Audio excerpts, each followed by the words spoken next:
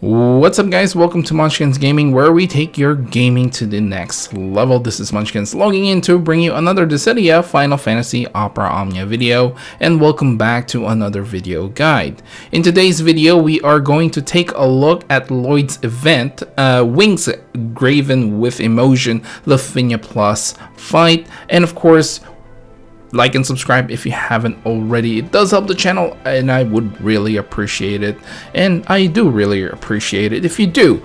Now without further ado, let's start this video.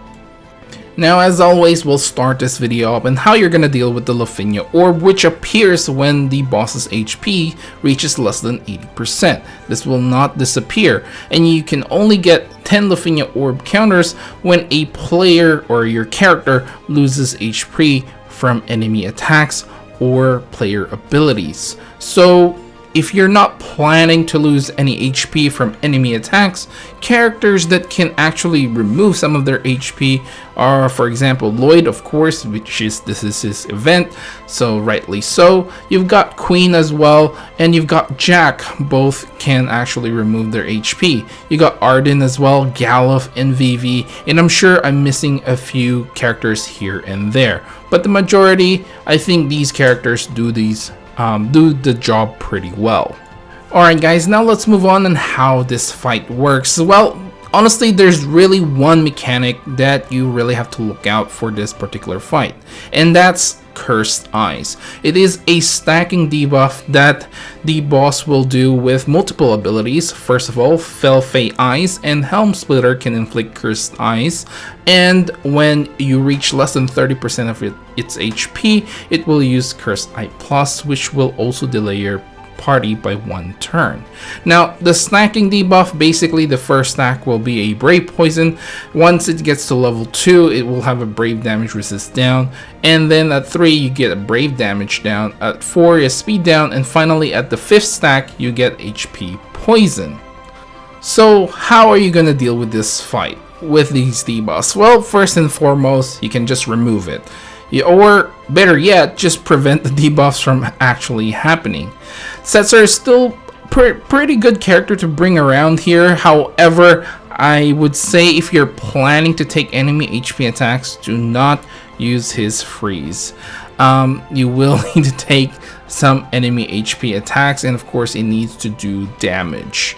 Now tanks and healers are obviously welcome here. You can do some damage mitigation, not completely taking the damage off like Warrior of Light's shield level. You just have to make sure you just get less damage, and so you can recover from it.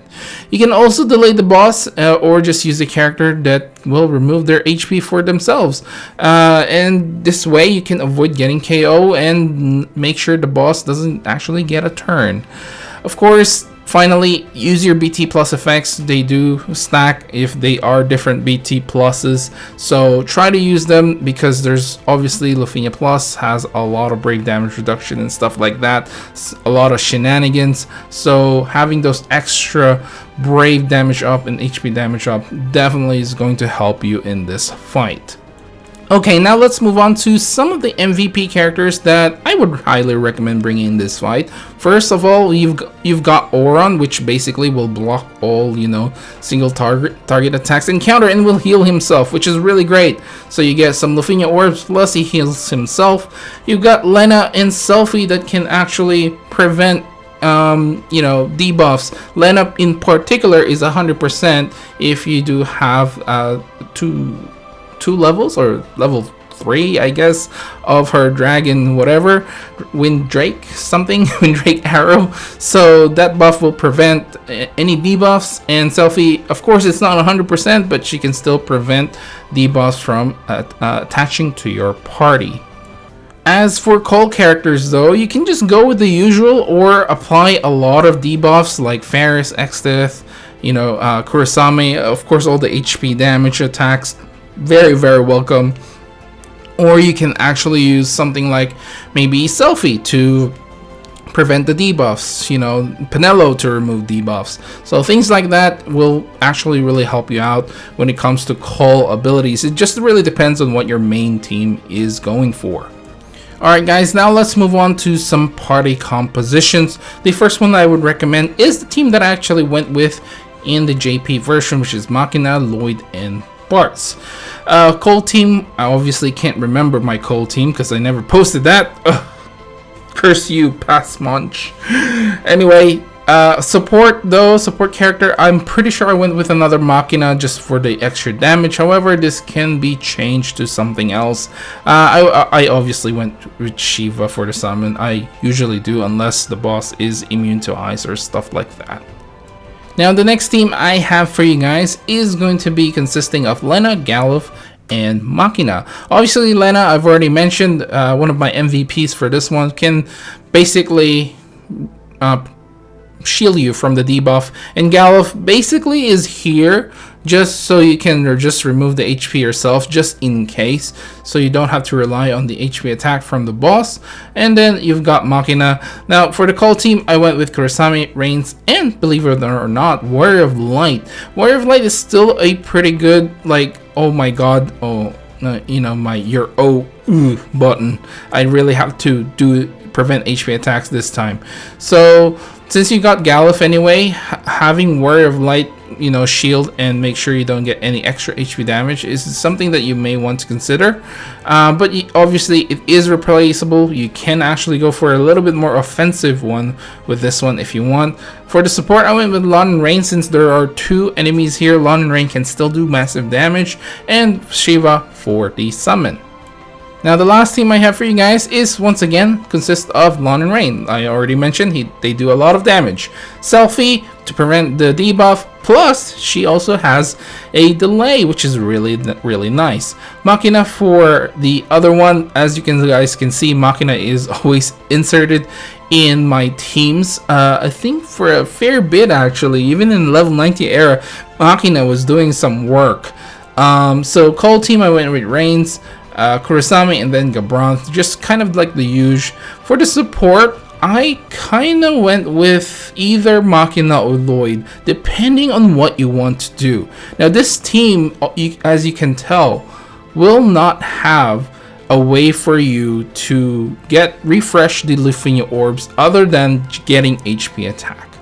Now it is quite possible to actually just burst down the bosses, but if you are going to be a little bit of like, I'm not sure I can burst this down, I would recommend bringing someone like Llyud or Queen, who's a friend support, to bring with you just in case you do need to refresh that Lufenia orb. So it is quite possible. A lot of JP videos kind of just ignore the you know, the Lufenia orb in this one, and I'm sure there's a lot of global players as well that actually just wanted to ignore the Lufenia orb, which is quite possible.